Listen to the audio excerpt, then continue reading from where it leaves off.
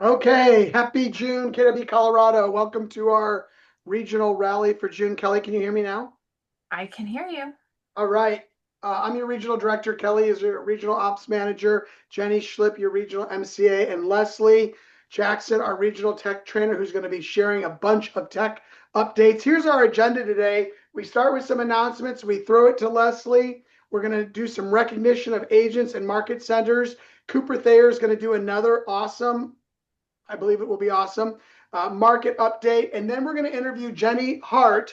And she's going to talk about how her business is up 50% in the last 12 months, which I'm excited to hear about. Let's start with announcements. Peter Chabris will be at Smedra July 29 and 30. If you recall, he taught a listing class for us about a year ago. Best feedback we got all year for training. And so we invited him to do the leverage series. And we have a quick video from Peter. What's up, KW Colorado? It's Peter Chabris, and I am looking forward to seeing you at the end of July when we're going to go over the leverage series. Now, it's being taught forever. Why should you go this year? Well, first of all, you should go over and over again because we learn new things each time. I personally have been more than 12 times and have taught it more than 12 times. It served me well. I'm going to share with you some of the techniques I've learned to launch a market center, but no longer be the OP, launch a sales team that sells over 500 units while I live in a different state. And I'm also going to share with you some of the most important techniques for creating a culture of productivity in your organization. Whether it's a sales team or a market center, the people that function in your world must produce. So we're also going to talk about not just finding talent, but also how to cultivate that talent and ultimately lead that talent to their next opportunity. Please come. Every time you go to one of these events, you hear it differently because you're in a new place and you're going to hear it from somebody who hasn't taught it in Colorado before. So if you haven't haven't registered yet, be sure to register at kwcoloradoevents.com, and I will see you soon. Awesome. All right. Oops. What's up, Oops. KW? What's up, KW? There we go. We've also got a couple great announcements about the Rocky Mountain Summit. As you know, Phil Jones is our keynote speaker. He's the best-selling author of Exactly Where to Start, Exactly How to Sell, and Exactly What to Say. We're going to talk more about Phil in a minute when we get to the agenda. We're excited that Logan Matashami from Housing Wire is going to be doing our market update. He's the lead analyst for Housing Wire. He's an expert in mortgage and real estate trends. He's been on CNBC. They call him the chart guy. He is fun. He was at Mega Leadership Camp last month.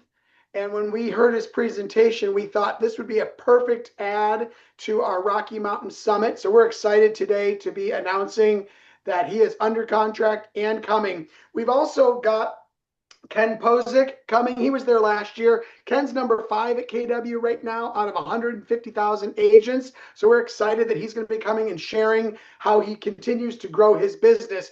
Wendy Papazan is going to be speaking. Jay Papazan will be there. Tony Giordano, the social agent, will be there. Carolyn Huo, who is the director of professional development for KW Luxury, is going to be there as well. We're thrilled about these keynote speakers, and we're going to be announcing next month some more people that will be on panels that you're going to be excited to hear about. A couple agenda items. On Sunday, September 21, we're doing two things. First, Her Best Life with Wendy Papazan is going to be 10 to noon. Now, this is an add-on event that we are doing because Wendy's in town, and we thought this would be a cool opportunity for you to get her best life without having to travel out of state.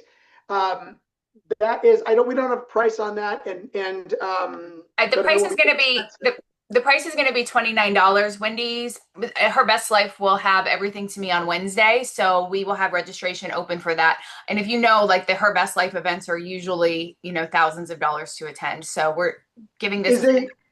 Is a Her Best Life event just for hers, or who No, can attend this? it's just how to have a big life. Anyone can attend. Okay, so you might call it Your Big Life or Their Big Life, whatever, Best Life. So don't forget to sign up for Her Best Life with Wendy. Also on Sunday is the Luxury Summit with Caroline. That's from 1 to 4, and then we'll do a luxury reception after on the Apres deck at the Height. On Monday, the schedule, and Tuesday, the schedule looks like this: 8:30 to 1. We've got speakers and panels. You've seen some of the speakers. Panelists are going to be announced shortly. 1 to 2 is lunch. 2 to 4 breakout sessions. Phil Jones is going to be doing a special workshop. And then we're going to be announcing specific breakouts as well coming up shortly. We've got a Bitcoin thing we're working on, an AI thing, some social media stuff. Got a ton of great breakout sessions that are in the works. Happy hour 4 to 6 on Monday evening. And then Tuesday morning, a VIP event with Phil, 7:30 a.m. That's awfully early, Kelly. Are you sure about that? That's what we did with John Maxwell last year. Okay. And then 9 to noon, speakers, panels, and the keynote with Phil Jones. So more details coming soon on Rocky Mountain Summit. You can register today. We are ending early bird pricing soon, and you can register at kwcoloradoevents.com for the summit, also for the Leverage series. Kelly, you want to add anything to that? I posted the links for them all in the chat. Okay. I want to turn it to Amanda Turk, who's one of our amazing vendors. Amanda, you've got a screen to share, right? Yes, please. Okay. See? Are you seeing it? Let's see. Yeah, we see you. Okay. There we go. There you go. Okay. So, yes, I'm Amanda Turk. Thanks, Russ. I am your area manager for Choice Home Warranty. I'm actually coming from one of your market centers right now. I'm at KW Advantage Realty. I'll be teaching a class here later today on door knocking with Choice Home Warranty. There's so many different ways you can use home warranty in your business. So if you would like me to teach in your market center or directly to your team or a one-on-one with you, I am happy to do so.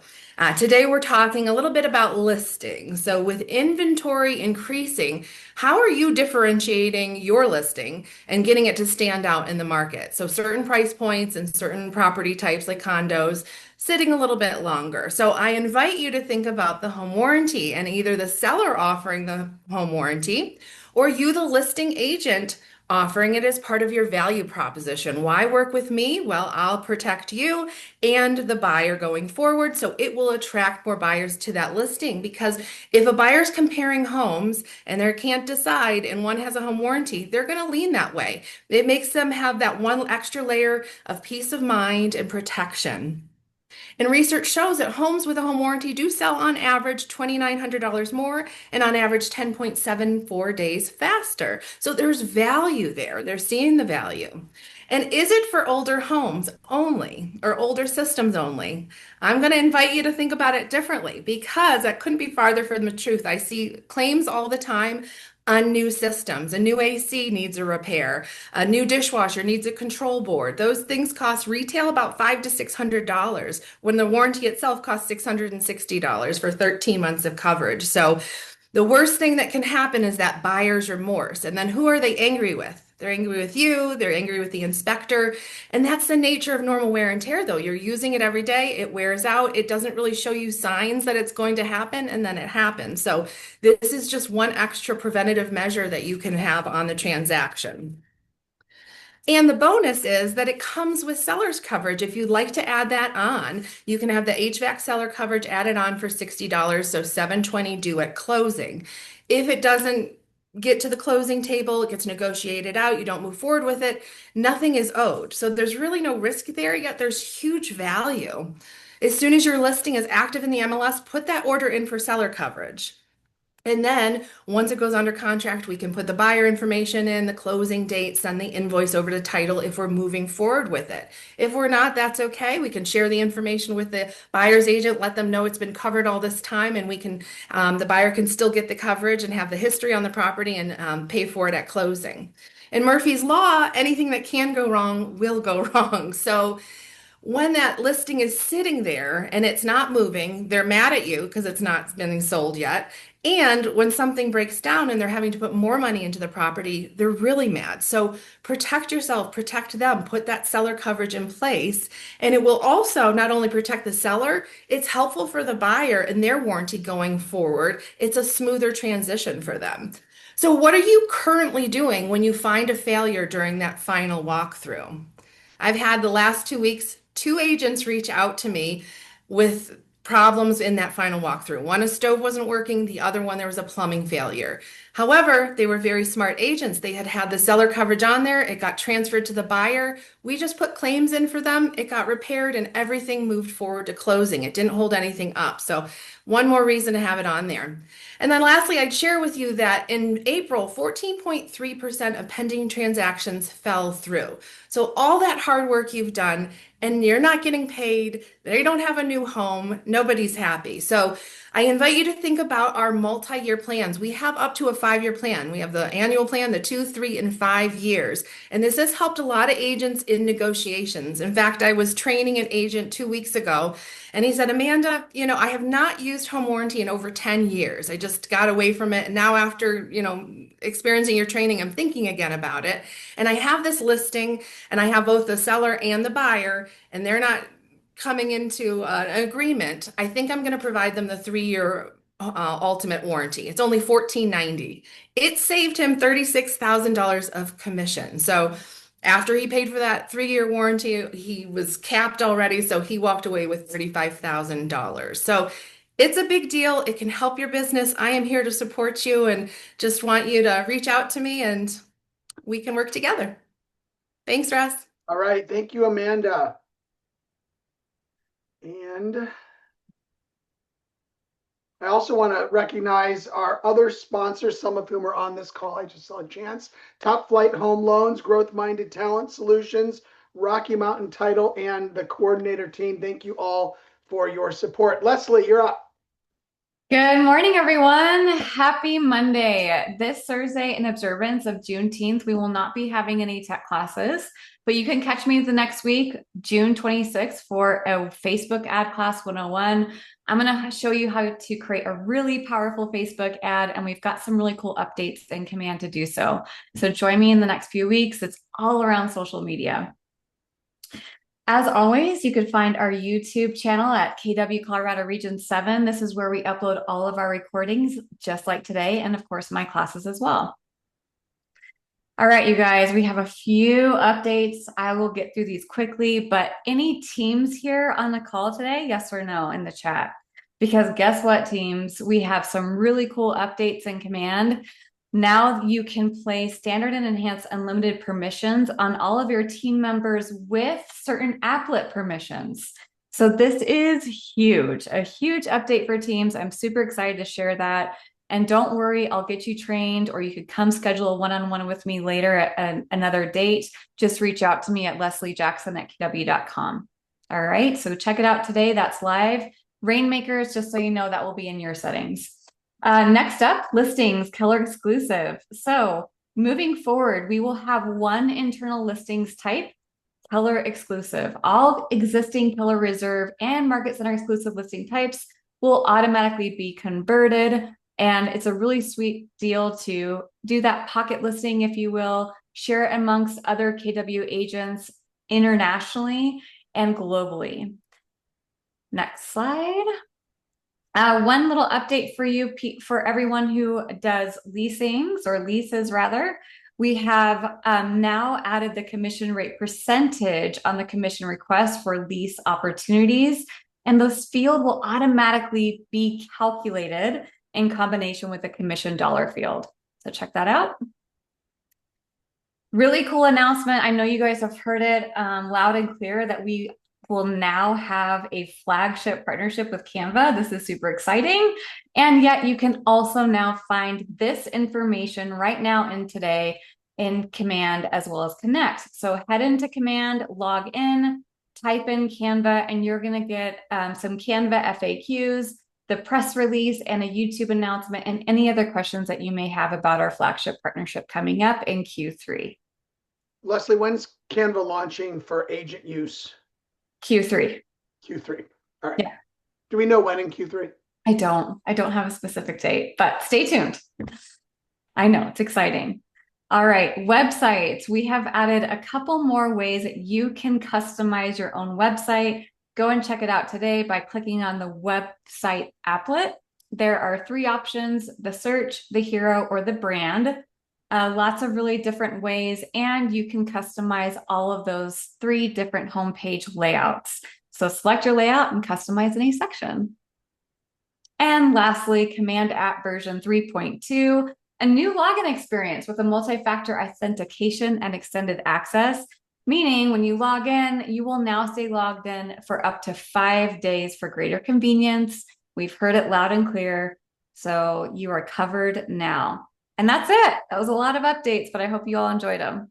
All right. Thank you, Leslie. Moving on to some agent recognition. We're starting with individuals. This recognition is for May's production. For closed units, individuals in the 5th spot, Allison Wall, tied with Tina Cameron, Joshua Dutton, and Jenna Walton. 4th spot, Jenny Hart, Brandon Tomic, and Lydia Golesh. Top 3 for closed units.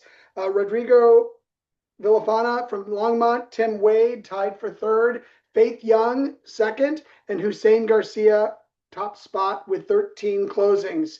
Moving to volume, Sheila Bailey was in the 10th spot, Drew English the 9th, Eric Degerberg from Summit County the 8th, Lydia Golesh from DTC in the 7th spot. Number 6 was Hussein Garcia. Number 5, Nick Ivancic, and number 4, Allison Wall. Top 3 for volume, Mary Rosinski, Tim Wade, and number 1, Tony Giaccone. Great job all. GCI, number 10, the Krylov Group from Denver Central, Jenny Hart from Longmont. Tim Wade was number 8 from Denver West. Hussein Garcia, number 7 from downtown. Nick Ivancic, Denver West, was number 6. Lydia Golesh, number 5. Eric Degerberg, number 4. And our top 3 individuals GCI were Allison Wall, number 3, Tony Giaccone, number 2, and Mary Rosinski, number 1. Great job, individuals. Moving to teams, 2 people with licenses in production. Number 5 for closed units, Signature Home Team tied with JC Denver Home Team, tied with Mike Porter, tied with the Fishkin Team. Number 4, Team Rochelle Cozzolino from Pueblo. Number 3, 3-way tie, JK Team from Northern Colorado, Jill McFerrin Group from Partners, and Seed Property Group from Tech Center. Number 2 was the Distinct Group from Denver Park Meadows. And number 1 from Castle Rock, the Vincent Group. Great job. Moving to volume, number 10 was the Fishkin Team. Number 9, Blue Owl Team. Number 3, Home Group Inc. Number 7, Mike Porter. Number 6, JC Denver Home Team. Number 5, the G Team. And number 4, Distinct Group. Top 3 closed volume teams. The JK Team LLC was number 3. The Vincent Group was number 2.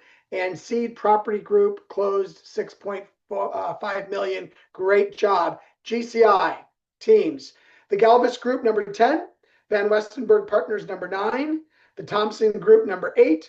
The Collective, number 7. Number 6 was the Fishkin Team. Number 5, Home Group Inc.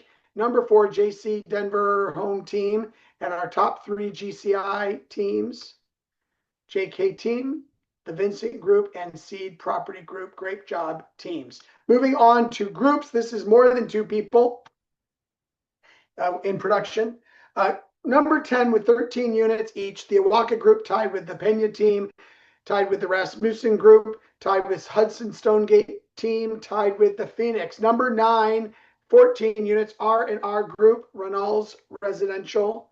Number 8, tied between the Luchic Group and Mile High City Living Group. Number 7, High City Group. Number 6, June's Team. Number 5, the PCS Pro Team. Number 4, Colorado Lifestyle Real Estate Group. And our top 3 for units. Empower Home Team, Colorado Front Range was number 3. Jamie Baker Orr Team closed 30. And the Johnson Team led the way with 37 closings. Great job. For volume, the Lucha Group was 10th, the Iwaka Group 9th, Innovate Properties 8th, the Phoenix 7th, Jamie Baker Orr Team 6th, High City Group 5, Glass Properties Group 4, and our top 3 for volume, Colorado Lifestyle Real Estate Group was number 3, the Johnson Team was number 2, and Empower Home Team Colorado Front Range number 1. Great job. GCI, June's team was number 10th. Luchic Group was number 9. Jamie Baker Orr number 8. The Phoenix number 7. Innovate number 6. The Iwaka Group number 5. High City Group number 4. And our top 3 GCI groups were Colorado Lifestyle Real Estate Group, the Johnson Team, and Empower Home Team. Wow, $624,000. That's amazing. Great job, Gay and company. Expansion, hubs in Colorado. Units, PCS Pro Team number 3, the Phoenix number 2, and Selling Southern Colorado number 1. Volume, Homes of Expansion number 3, 2, Selling Southern Colorado, and 1, the Phoenix. Great job. And for GCI, Selling Southern Colorado was 3rd, Relevate was 2nd, and the Phoenix did $313,403 in GCI. Great job, everybody. Moving to market centers real quick for May. For closed volume, Partners was 5th, Denver West 4th, Denver North 3rd, Denver Downtown 2nd, and DTC took 1st. Units, Denver West was 5th, North was 4th, Partners was 3rd, Downtown was 2nd, and Denver Tech Center led the way with 214 closings. And listings taken, Downtown 5th, Pueblo, always in the top 5, 4th, Denver Southeast 3rd, Client's Choice 2nd, and Denver Tech Center led the way with 164 listings taken. Turning it now to Cooper. Kelly, can you see Cooper? Right here. How's it going? Great. There you are. All right. Let me Take it get away, my Cooper. screen going here. Okay. All right. Well, hello, everybody, and happy June 16th today. I've got some interesting updates for you from the market this month, or last month specifically. Quick reminder, my name is Cooper Thayer. I'm with the Castle Rock Parker Market Center, currently located in downtown Denver, and I work with my wonderful family, the Thayer Group, out of Castle Rock, and I am an absolute real estate nerd. So want to dive into some of the interesting stats that we are seeing as we enter the summer season here. So number one, showing volume has really been slow. If you haven't felt it in your listings, that's awesome. But across the board, we are definitely seeing a decreased level of showing volume. In May, we saw just about an average of 4.6 showings in the RE Colorado MLS, which is about 15% lower than it was last year. And then the number of median showings to pending actually measures how many showings the typical listing gets before going under contract. That currently sits at 8, which is flat year over year. Now, is this normal? Well, it's a little bit low. Typically, the May showing volume in the pre-COVID era, 2015 through 19, was about 8 to 10 showings per month. Right now, we're sitting at under 5. So definitely a slow amount of volume, probably about 50% down compared to what we are typically seeing. So buyers are still out there looking, but there's certainly a sense of slowdown and caution that we are perceiving in the market right now. And what that's resulting in, of course, is price reductions. Statewide last month, about 31.4% of listings had a price cut in May. And a majority of that we saw was in the Denver metro area and Colorado Springs and Pueblo metro areas. And it's pretty interesting. There's a strong correlation between population and the percentage of price cuts, right? As there's more people, there are more listings per person, and the sellers market, or the market between competition between sellers is much more competitive. So you can see on this heat map here on the right that in the Denver metro area specifically, all the way down through the I-25 corridor down to Pueblo is where we saw an increased prevalence of those price reductions.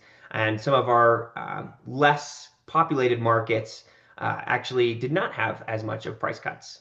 And not only are price cuts correlated with inventory surplus or with population, but also the inventory surplus, right? So as there's more inventory, there's more competition between sellers, and sellers have to adjust their pricing to stay competitive. So this is kind of the first big indication that I've seen of a shift in leverage. I think buyers now are firmly in control of negotiation. We're going to talk a little bit about that more, about if we're in a buyer's market in a second, but this is a really interesting statistic to bring to your sellers when asking for those price reductions. I know that is the toughest conversation we're all having right now. I've got 15 listings, and every week it's just, we got to talk about price. We got to talk about price, and it can be difficult. But reassuring your sellers that it's normal, and that over 40%, for example, if you're in Denver County, 41% of listings last month had a price reduction. That can help your sellers kind of see the perspective of that it's not them, it's not you, it is really a market-wide issue. So are these price reductions normal? Well, kind of. In the last, if we look at the last 3 years, we are definitely at a relatively normal level. But if we go back and look at, our 7-year average, we're actually a little bit elevated, right? So in May, over the last 7 years, the typical percentage of price cuts was about 20.7%. And so our current May price cut level is a little high, but it's not unprecedented, right? We saw similar spikes occur, 2018, 19, but those were in July and not May. So we likely have not reached the monthly peak of price reductions, and we can expect that this percentage will increase as we continue on through the summer. Typically, it peaks anywhere from the July through September. So we can expect this number to continue to climb for at least the next couple of months here.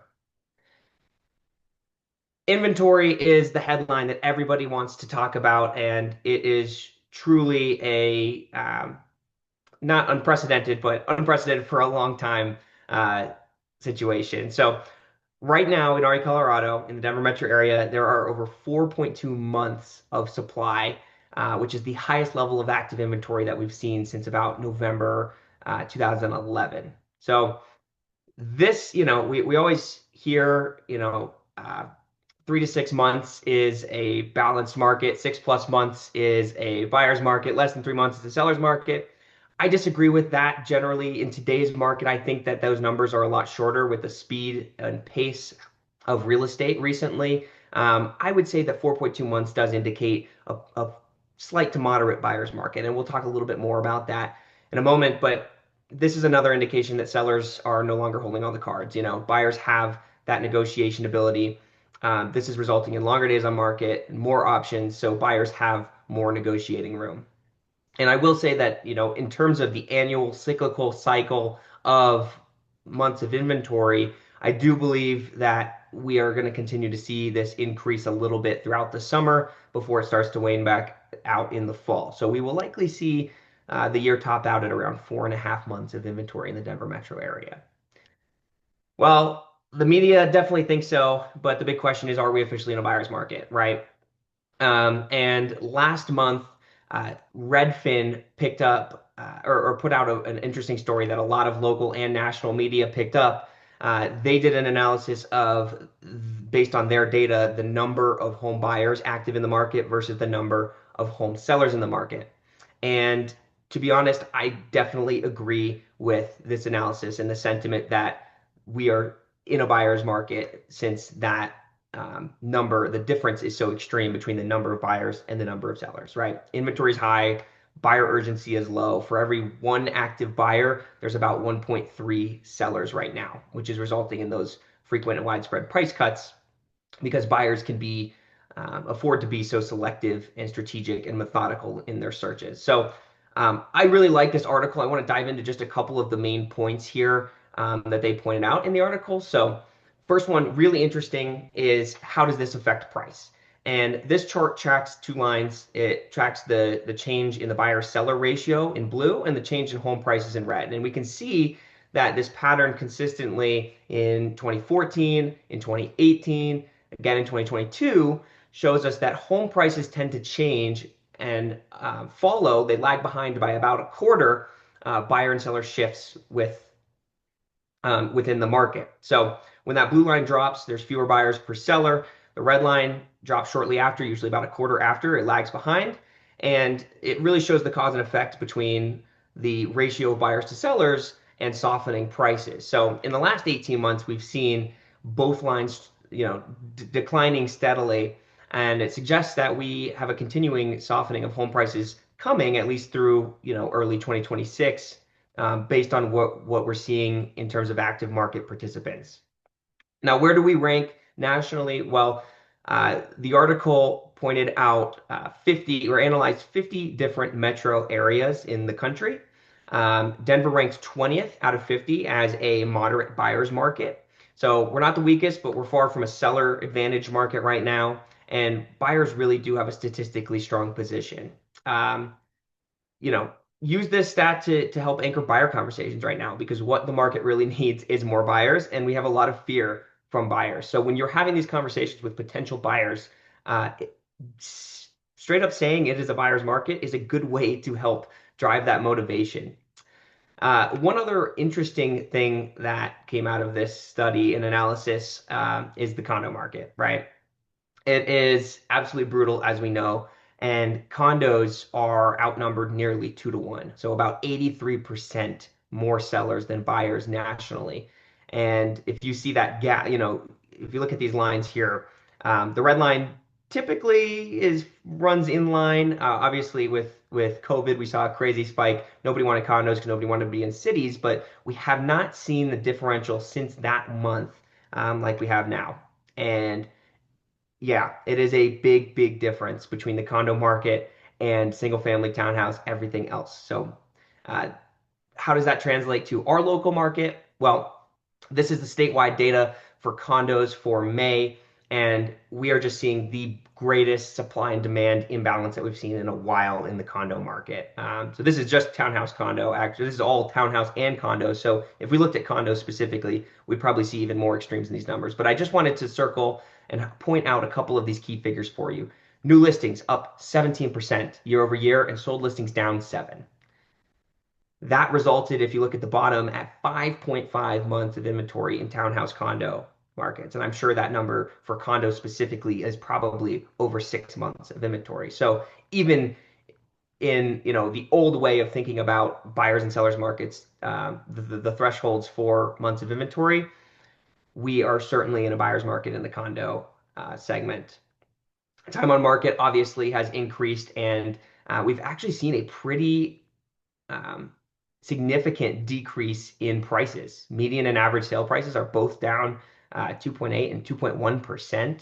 So it is certainly a great environment to be a condo buyer right now if you can afford the monthly payments, right? Obviously, the big driver of the lack of buyer motivation in the condo segment right now is the combination of HOA dues, increased insurance, and increased interest rates, which cause monthly budgets to really feel constrained. So where do we go from here? Well, inventory is likely to stay elevated through at least the third quarter of this year, if not into next year. This is Fannie Mae's predictions for interest rates. They're currently projecting we will not fall below 6% on average until the middle of next year, based on the most recent projections. So buyers are going to keep waiting, and the market's going to continue to drag behind while buyers sit on the sidelines. In terms of sales figures, it's really interesting. Fannie Mae predicted next year we'll have about a 12% increase in purchase. I'm sorry, this year over last year we'll have about a 12% increase in purchase mortgage applications, and another 9% next year. However, if we look at the actual year-to-date closed units, we're only up 0.2% overall across the board. So to hit that 12% benchmark in purchases is going to be a tall tale for Colorado. So, the key idea that I want you to get out of this is that recovery will be very slow, but it will be steady. We are not going to see a strong seller's market, I don't think, through the rest of this year, through most of next year, maybe even into 2027. So it is certainly going to be a balanced market before it will be a seller's market again in most places in Colorado. Thank you all so much. I really appreciate you having me. I always love to talk statistics. So if you have any questions or wanted to dig in deeper to anything, please feel free to take a picture of my info and reach out. And I will see you next month for this month's update. Awesome. Thank you, Cooper. As always, we appreciate it. We're going to turn to Jenny Hart. And Kelly, can you make sure we're both highlighted? I'm working on it. All right. So I was looking through MLS data, and one of our top agents in the region in terms of growth over the last 12 months is Jenny Hart. So I thought I would interview her for our regional rally this month. Jenny, you're up 50% last 12 months. And I know you said you've had a little wonky start to this year, but generally speaking, your business is way up. Talk to us about that. What's been the key driver for that level of growth? Yeah, well, thanks for having me. And to answer the question, I mean, I really think no one succeeds alone. Anyone who knows me knows that I have never had and likely will never have a desire to grow a big sales team. I am not good. Maybe I'm good at it, but maybe I don't enjoy managing people. However, I feel like I have a really great small SEAL team, right? I have two VAs, I've got two full-time admins. And last year I had a different executive assistant than I currently have now, but we really, really spent a lot of time on systematizing everything, making sure that we had SOPs and documentation. We broke a lot of stuff, we fixed a lot of stuff, and that has made things more scalable. It's taken my hands out of a lot of stuff that I'm not good at or that I don't enjoy doing. And that I think has allowed me to focus more on the client directly and their experience. Mhm. And, really make sure that I'm in better communication with them as far as what's going on with their home or their search and the market data that Cooper just talked about. Yeah. So I think in the last 12 months, you've had about 56 transactions, give or take, depending on when you count it. Talk to us about how you're managing that. So you've got two VAs. What are they doing? So my two VAs, one of them is just kind of online marketing, SEO, Google, that stuff. My other VA does like kind of all my Canva, Instagram posting. He sends me a list of birthdays every day to make sure that I'm reaching out to my clients specifically on their birthday. He's also sending a Monday seller update for all my sellers that are either active or pending until they close. And that's a list of how many views have we had on Zillow, on homes.com, on the MLS, what was the open house feedback, what was the showing feedback. And I cannot even tell you how beneficial that has been, just automating that essentially. And now my sellers aren't calling me, what's going on? What's going on? Why this? Why that? Right? So that has been huge. I have another admin who does all of my TC work and all of my bookkeeping. And then my executive assistant, kind of weird, is also my managing broker. But that has been just such a really great change that I've made in my business. And he's kind of my handler, make sure I'm doing what I need to be doing, making sure that when I say I'm following up with leads, I'm actually doing it. He's kind Kind of of like a babysitter a little bit. for sure. But he's also really good at knowing what's worth chasing and what's worth letting go.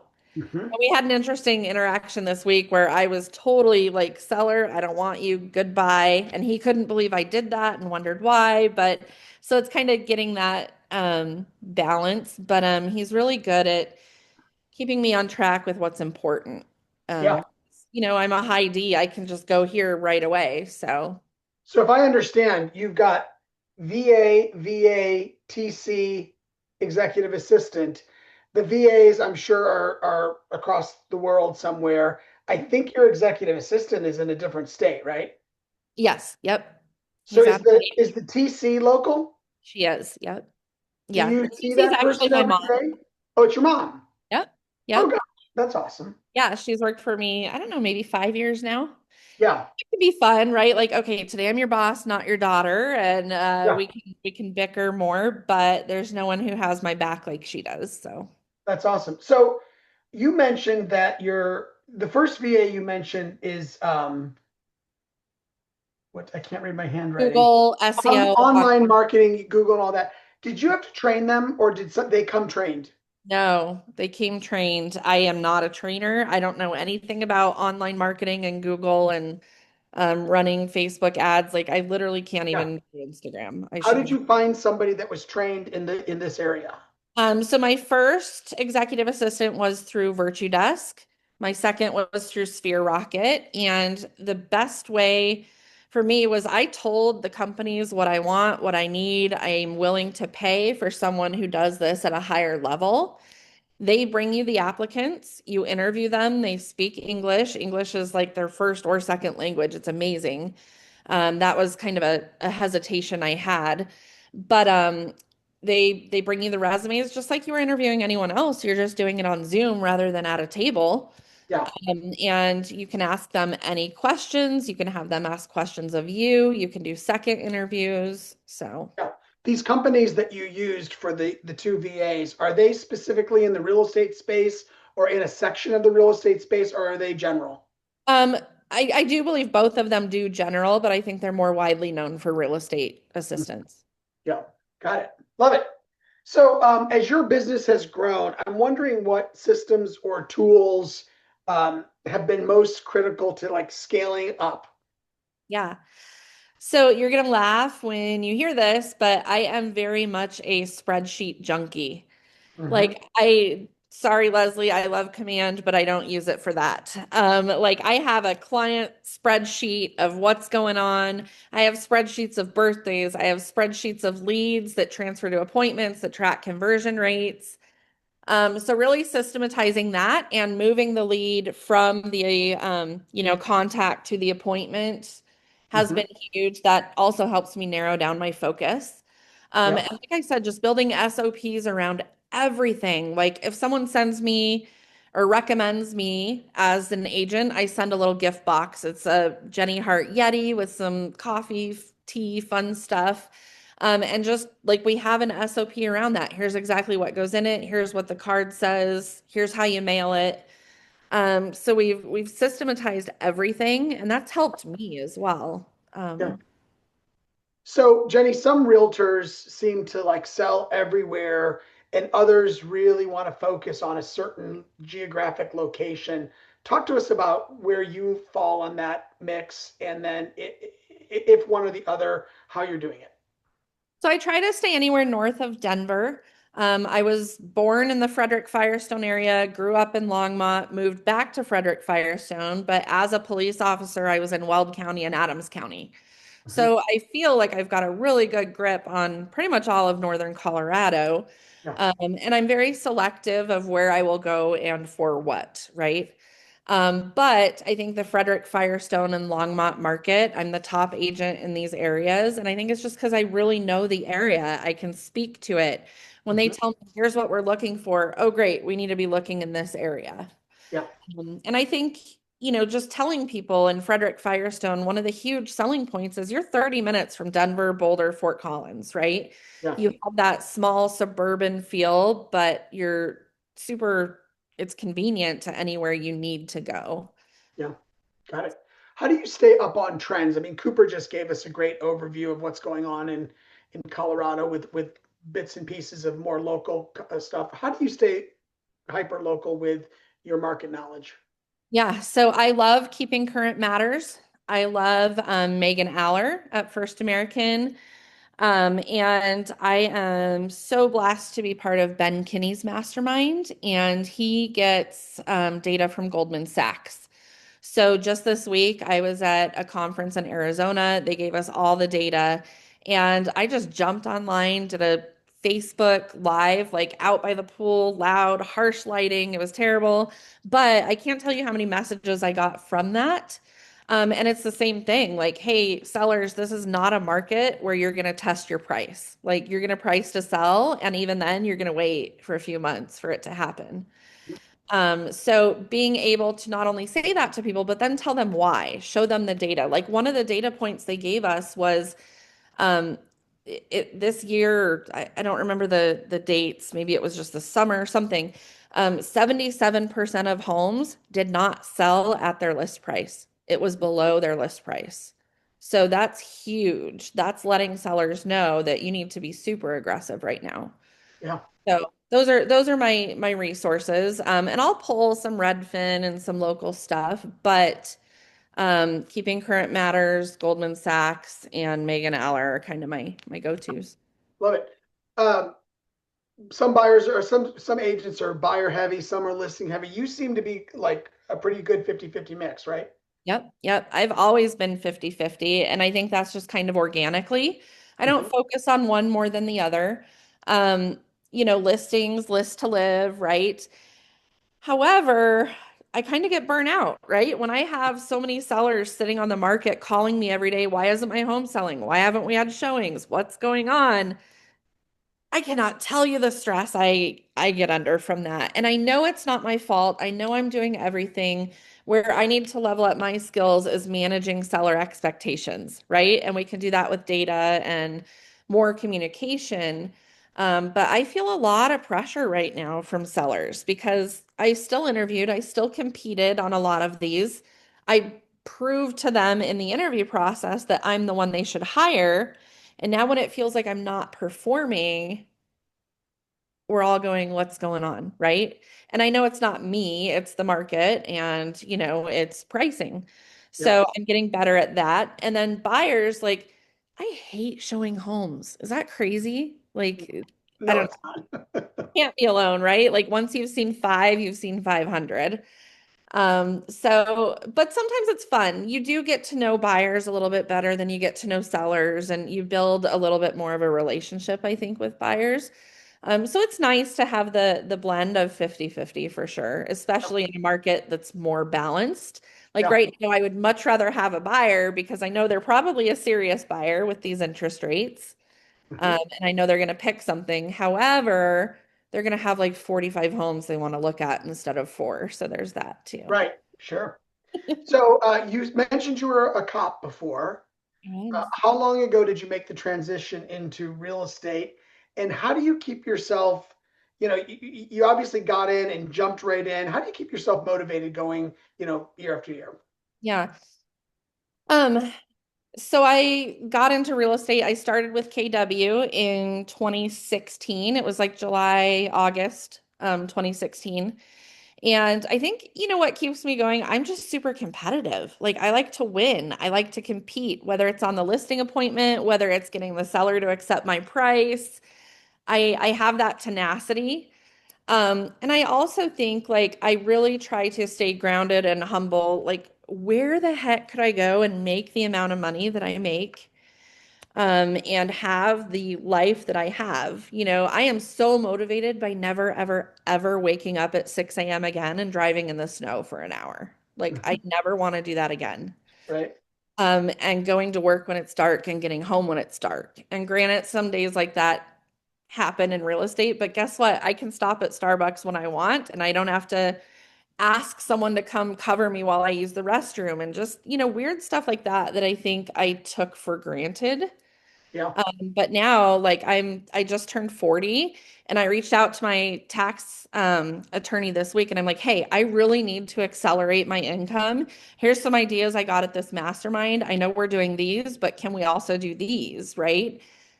Like if I can say peace out, I've got a great life by 50 or 55, like that's totally what I'm working for right now. I'll Yeah. still work a little bit, but I don't want to feel like I have to. I want to be able to spend the next few years heavy with my family. Yeah. So, Love that. Any defining moments in the trajectory of your business? um, I've had a lot of weird stuff, but I think for me, it was realizing that, when people say you're one hire away from having anything you want, I Mhm. do believe that. I mean, I had, Mark Solomon, Bruce Carley, David Rusaw for years telling me that I needed to hire, an admin. And I'm like, no, I have VAs. I'm great. I'm great. I'm great. Right. And I didn't want to spend the salary. It's terrifying. I'm not only supporting myself, but I'm supporting my family. My mom works for me. So I'm essentially supporting her. Right. And you add up all these salaries, you're at like 500K and you're like, shit, how do I do this? Right. But I'm like, okay, here, we're going to do this for a year, right? And that year was really great. And I realized how much I was missing out on. And then the next year was really great. And unfortunately, there just came a moment where my assistant, who had become my best friend, was no longer the best fit as my assistant. Yeah. And so we parted ways. And then I hired Bruce. And it's really cool to watch what just two people sitting in a room at a table can create and do. Yeah. I love that. All right. So moving towards the future, what do you think the next 2 to 3 years looks like for you? Man, I'm gonna hustle hard. But again, I don't have a desire to start a big team, right? Maybe at one point, if my executive assistant thinks, hey, I could manage this, great. As long as I'm hands off, let's go for it. But I love, like right now, I know people want to stone me for saying this, but even at 60 transactions a year, I have got such a good work-life balance. I feel like I work less and play more.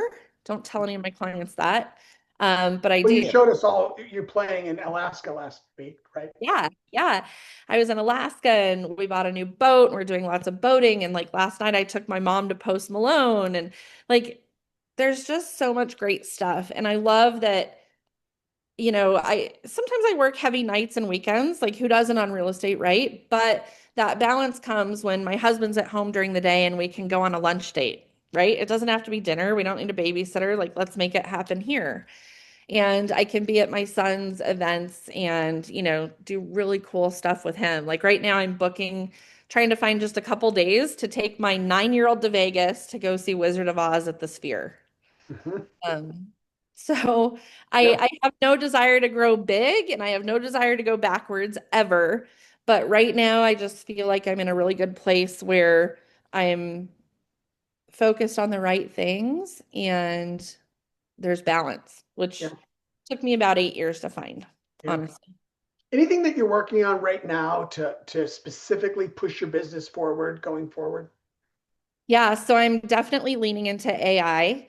And I think I'm doing different things than you think of when you think of AI, right? Like, yeah, we can use it to tailor our listing descriptions and how to talk to sellers. But like this week, I went on and I said, I'm a resident in Firestone, Colorado, and I'm looking for great real estate agents. Who are the top 5 agents I should interview and why? I was number one there. I was not number one and I didn't show up anywhere in Frederick. So my first thing is I reached out to my VA who does my online stuff. And I'm like, why am I not showing up in Frederick, but I'm showing up in Yeah. Firestone? Is it because of my business address or is it because of transactions, right? So we're digging in there. And then I'm looking at who's my competition and I'm asking AI, what does this person do really well based on their online reviews? What do they seem to be lacking based on their online reviews, right? So then I can go in heavy with what they're lacking if I know I'm competing with them in a listing appointment.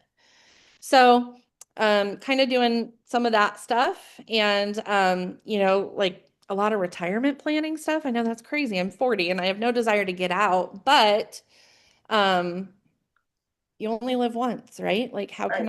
how can I set myself and my son up? Currently in the process of getting my trust going, which I feel like I should have done earlier. Right. But yeah, just kind of business as usual. But as far as moving the needle, like definitely leaning into AI. I'm getting very heavy in data and statistics because I know, like Cooper said, we're not going to be in a seller's market next year. Might not even happen until 2027. So how do I get in front of this? How am I putting videos out and content and email and newsletters, getting in front of all these people who are thinking of selling next year? Because, March, it's going to be popping. I want to make sure they know it might not be popping. It might be a little boring. So data for sure and AI. Yeah. So so for those on the call right now who are looking to get to your level, 60 houses a year, um, uh, right at that million. I think you were a little above the million mark last year, right? Yeah, GCI, now that they're taking out caps and referrals, it was under 1 million, Under a but million, yeah, but close, right? I mean, it, everyone's a lot of people are jealous of these kinds of numbers. So, right. what kind of advice would you give to someone looking to get there? I think a lot of people get into real estate assuming there's an easy button or assuming they can do it part-time. And I don't think that's the case. I mean, I was so all in so hard for at least 6 years where I did put my business in front of my family sometimes, right? Yeah. And I think there's a reason I did that. My husband understood why I did it. My son, that's just how life was, right? Mhm. I don't think he felt it, but there was never balance. It was counterbalance, right? It's like heavy business here, pull back on family here, and vice versa when it needed to happen. But I just didn't take no. Like a no was a not right now. And if it was truly a no, I was going to find out why. Like if a seller ever chooses someone else, I say, great, I hope you have an amazing experience. If you don't, I'll be here. But can you tell me what the deciding factor was? Was there something that I didn't, answer well, or that you maybe thought I was lacking? And I will ask the question, right? Because a lot of times it's something I just forgot to go over. Well, they made sure that they do like professional marketing. Like, well, shit, like, no, I'm not taking cell phone pictures, right? So sometimes you Yeah. learn like, oh my God, the most basic thing killed Yeah. me. So I asked the question, and I've told the story before. My very first listing was a neighbor a few houses down. I didn't really know them, but another neighbor told me they were moving. And I went and I tried to get the listing, and they said no. And I went back and they said no. And I went back and they said no. And one day the husband came over and talked to my husband, and he's like, we love your wife's tenacity, but just let her know we're not going to hire her. We're set with this person. She doesn't need to come back. And so I literally cried and I was like, how embarrassing. And then I was like, no, screw that. I'm going back over. And I went back over and I said, look, I know you want to hire him, but he lives an hour away. What's going to happen when someone calls at 7 p.m. because they drove by and they really want to see your house? Yeah. I have a vested interest in your home value because what your home sells for, it's going to affect my value and my income as well. So just give me a shot. And they did. So some people probably won't do that. And I'm at the point where usually I don't do that. I'm like, all right, if we don't want to work with each other, goodbye. Mhm. Um, but I think it's the tenacity. And the reason I was able to go over there and tell them, hire me so many times is because I truly believe that I would care for these people more than this other guy would have, right? You have to know and believe that you will take care of them better than anyone else, or it's going to show in your lack of confidence and it's going to just bleed into that appointment. Yeah. I think So, that's true. yeah, I think just the integrity behind it, knowing that I was truly going to bust my butt for them. Mhm. I think they finally saw that. Yeah. Love that. Well, we're out of time. Any last thoughts, Jenny? No, if you guys haven't registered for the summit, Phil Jones is amazing. I spent like 5 or 6 grand to go to his like immersive workshop, and it is truly phenomenal. His mind is just amazing. So register for that. Phil's really great. All right. Thank you, Jenny, for sharing with us today. All right. Thank you guys. Anyone can reach out if they have specific questions. I'm happy to help. All right. Hey, our next regional rally is July 21st. Same time, same place. See you all soon. Thank you.